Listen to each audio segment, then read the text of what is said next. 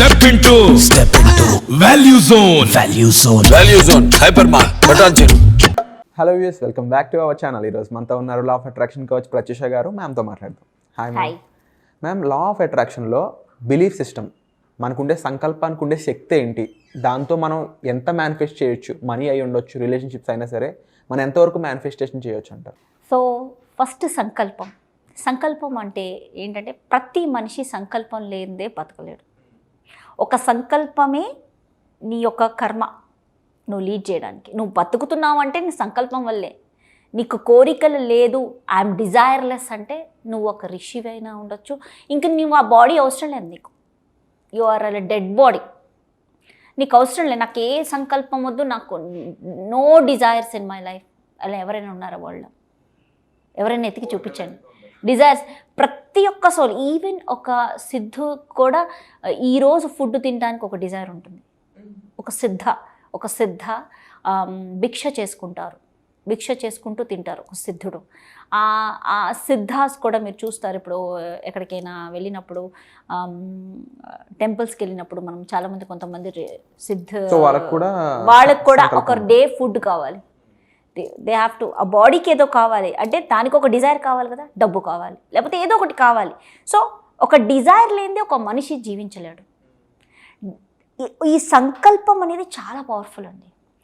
ఈ సంకల్పం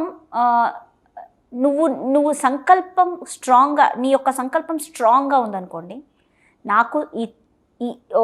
నీకు ఒక సంకల్పం, జాబ్ కావాలి అనే సంకల్పం. ఆ జాబ్ కావాలనే సంకల్పం ఆటోమేటిక్గా నీ మైండ్లో ఒక థాట్, నీ బాడీ ఆ సంకల్పానికి వైబ్రేట్ అవుతుంది. నెక్స్ట్ నాకు ఈ కంపెనీలో పెద్ద జాబ్ రావాలి, ఈ పొజిషన్లో నేను ఉండాలని నీకు సంకల్పం అనిపిస్తుంది. నేను ఇట్లా ఉండాలి అని. సో నీ బాడీ వైబ్రేషన్ అవుతుంది. ఎవ్రీ టైం దాన్ని తలుచుకున్నాక నీ ఆటోమేటిక్ నీ బాడీ వైబ్రేషన్. అందుకే ఆ సంకల్పానికి చాలా పవర్ ఎక్కువ. నువ్వు అడిగే సంకల్పానికి స్ట్రాంగ్ పవర్ ఎందుకు ఎక్కువ అంటే, నువ్వు ఆటోమేటిక్ ఆ సంకల్పం నువ్వు రాసుకుంటావు అనుకో. For example, I'm working in this company, లేకపోతే ఇంత బెస్ట్ కంపెనీలో వర్క్ చేస్తున్నాను, శాలరీ 2 lakhs rupees అని ఏదో రాసుకున్నావు. ఓకే, ఇది నీ సంకల్పం కాబట్టి నువ్వు ఒక ఎఫర్మేషన్ రాసుకున్నావు కదా. సో ఈ సంకల్పానికి శక్తి. ఎందుకంటే అది తలుచుకోగానే నీకు ఆనందం వచ్చేస్తుంది. అరే నాకు వచ్చేస్తుంది ఐఎమ్ ఇన్ దట్ రియాలిటీ అనే ఒక ఆనందం. అండ్ అది నీకు హ్యాపీనెస్ని ఇస్తుంది first of all. Second thing, నీకు వచ్చేసిన తర్వాత నువ్వు ఆ వైబ్రేషన్లో ఉంటావు. ఎవ్రీడే నువ్వు దాన్ని వైబ్రేట్ చేస్తూ ఉంటావు. వచ్చిన తర్వాత నేను ఇది చేస్తాను ఆటోమేటిక్గా నువ్వు రాయకుండానే ఒక స్టోరీ నడుస్తుంది లోపల. That is called creation. నీలోనే నువ్వు ఒక థాట్స్లో ఒక క్రియేషన్ నడుస్తుంది. దేనికి? ఆ సంకల్పం అనుకున్నప్పటి నుంచి నీకు ఒక థాట్ నడిచింది, దానికి ఒక క్రియేషన్ నడుస్తుంది. ఎనీథింగ్ దట్ నీ థాట్స్తో నువ్వు క్రియేట్ చేసావో అది నీ రియాలిటీలో ఉంటుంది. నీ థాట్స్లో తెలియకుండా ఏదైతే క్రియేట్ చేస్తున్నావో అది నీ యొక్క ఎమోషన్ ఫీలింగ్కి కనెక్ట్ అయితే అది మేనిఫెస్ట్ అవ్వాల్సిందే. తథ్యం. ఎందుకు అలా అంటున్నానంటే, భయం వేస్తుంది. First go with the pain. భయం వేసింది, చాలా భయం వేస్తుంది. ఏదో జరిగింది ఆఫీస్లో, ఆ ఇష్యూ జరిగింది, సంథింగ్ వర్క్లో ఇష్యూ జరిగింది. ఎవరు చేశారు, అరే ఈ చిన్న కోడ్ నేను మిస్ అయ్యాను, లేకపోతే నీ యొక్క వర్క్స్లో ఎక్కడో నువ్వు చిన్న తప్పు చేసావు, ఆ చిన్న తప్పు నీ వల్ల జరిగింది అనేది అందరికీ తెలుస్తుందేమో అనే ఒక ఫియర్ తాలూకా స్టోరీ ఆటోమేటిక్గా నీ క్రియేట్ అయిపోయింది. వాళ్ళు వచ్చాక చెక్ చేస్తే నువ్వే చేసావని అంటారేమో అనేది ఒక స్టోరీ నీ మైండ్లో క్రియేట్ అయిపోయింది కదా. ఈ క్రియేషన్ ఎంత ఫాస్ట్గా మేనిఫెస్ట్ అవుతుందంటే వాళ్ళు వచ్చి నిన్నే అడుగుతారు. కానీ గుడ్ మాత్రం వెంటనే అవుతుంటారా? గుడ్ కూడా అంతే వెంటనే అవుతుంది. ఇక్కడ ఫియర్ ఉంది కదా, ఎమోషన్. నీ యొక్క ఎమోషన్కి నువ్వు కనెక్ట్ అయ్యావు కాబట్టి నీ ఎమోషన్కి కనెక్ట్ అయిన స్టోరీ క్రియేషన్ అయింది మైండ్లో థాట్. అదొక క్రియేషన్ అయిపోయింది, క్రియేట్ అయిపోయింది అంతే. ఏదైతే నీ మైండ్లో నువ్వు క్రియేట్ చేస్తావో అది మేనిఫెస్ట్ అయిపోతుంది. సో నీ యొక్క సంకల్పానికి నువ్వు బలాన్ని ఇవ్వాలి అంటే నువ్వు ఆ సంకల్పాన్ని తలుచుకున్నప్పుడల్లా నువ్వు ఆ స్టోరీ క్రియేట్ అవుతుంది నీ మైండ్లో. ఆ స్టోరీ క్రియేట్ అవుతున్నప్పుడు నీకు ఆనందం కలగాలి. ఫర్ ఎగ్జాంపుల్, జాయ్, హ్యాపీనెస్, లేకపోతే you have to feel the happiness in you. నువ్వు ఆనందం, స్మైల్. తలుచుకోగానే ఒక స్మైల్ రావాలి. అబ్బా నాకు ఈ జాబ్ వచ్చింది, ఇంత మంచి కంపెనీలో వర్క్ చేస్తున్నాను, ఇంత హ్యాపీగా సపోర్టివ్ టీం, నాకు ఎంత ఈజీగా ఉందో నా వర్క్, ఎంతో పీస్ఫుల్గా వర్క్ చేస్తున్నాను, ఈ స్థిరమైన జాబ్, మళ్ళీ ఇయర్స్ టుగెదర్ ఒక 10 years వరకు ఈ జాబ్లోనే ఉంటాను, ఈ జాబ్లో నాకు ఇంకా ప్రమోషన్స్ వచ్చాయి, మేనేజర్ అయిపోయాను, లేకపోతే ఇంకోటి అయ్యాను. ఎదగడం కూడా నువ్వు క్రియేషన్, నీ మైండ్లో క్రియేషన్ చేస్తావు, రియాలిటీలో అయిందా, నువ్వు క్రియేట్ చేసావు. ఈ క్రియేట్ ఏదైతే చేసావో ఇది ఖచ్చితంగా మేనిఫెస్ట్ అవుతుంది. ప్లస్ ఫీలింగ్, ఎమోషనల్గా నువ్వు ఆ ఫీల్ అవ్వడం ఇంపార్టెంట్. ఇక్కడ నువ్వు నీ సంకల్పానికి బలం ఇచ్చినట్టు. బట్ నార్మల్గా వితౌట్ నువ్వేమి క్రియేషన్ చేయకపోయినా కూడా నీ సంకల్పానికి ఫస్ట్ బలం ఉంటుంది, ఎందుకంటే అది నీ వైబ్రేషన్స్కి అటాచ్ ఉంటుంది. మరి ఈ ఫీలింగ్స్ అనేది క్రియేట్ చేసినప్పుడు మీరు క్రియేషన్ మైండ్లో విజువలైజేషన్ అది చెప్పారు కదా మ్యామ్, మైండ్లో ఆ ఫీలింగ్స్ని క్రియేట్ చేసినప్పుడు నాకు నిజంగా మంచి జరిగింది, లేకపోతే నాకు నిజంగా జాబ్ వచ్చింది, నాకు నిజంగా ఇంత మనీ వచ్చింది అనే ఫీలింగ్ని మనం నిజంగా అది క్రియేట్ చేసుకున్నప్పుడు ఆ మేనిఫెస్టేషన్కి ఉండే పవర్ ఏంటి, నార్మల్గా మన థాట్స్కి ఉండే పవర్ ఏంటి, డిఫరెన్స్ ఏంటి రెండింటికి? ఓకే, ఒక థాట్ వల్లనే ఈ ఫీలింగ్స్ అన్నీ వచ్చినాయి కదా.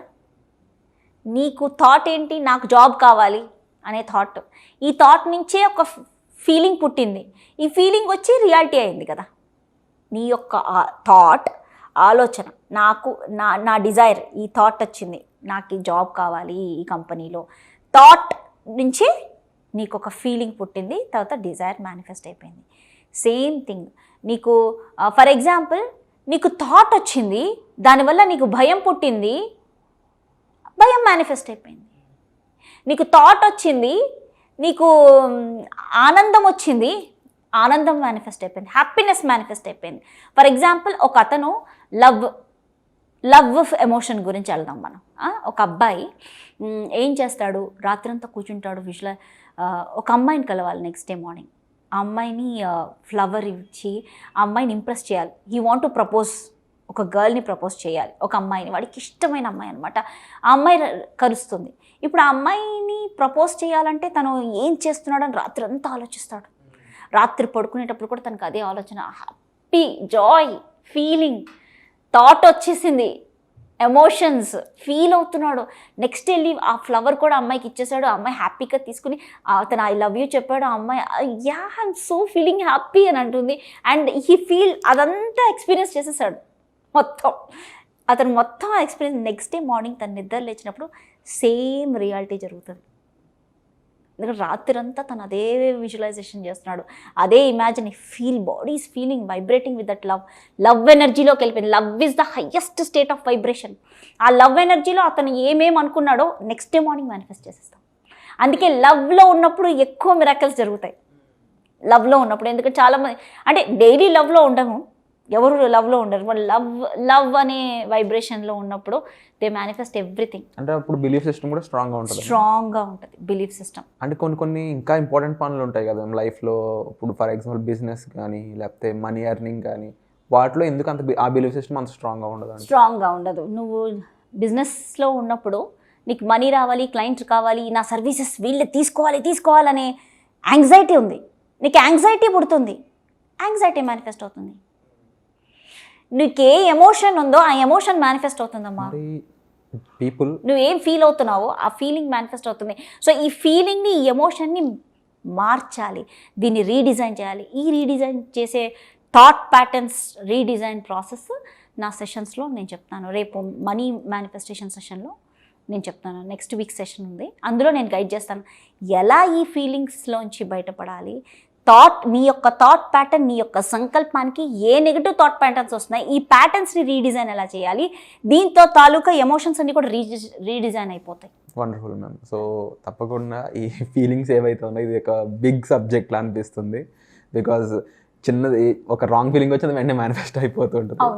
బట్ కేర్ఫుల్గా చేయాల్సిన ప్రాసెస్ కాబట్టి తప్పకుండా మీ క్లాస్ అనేది మరింత మందికి హెల్ప్ అవ్వాలని మనస్ఫూర్తిగా కోరుకుంటున్నాను ma'am. Thank you so much. Thank you.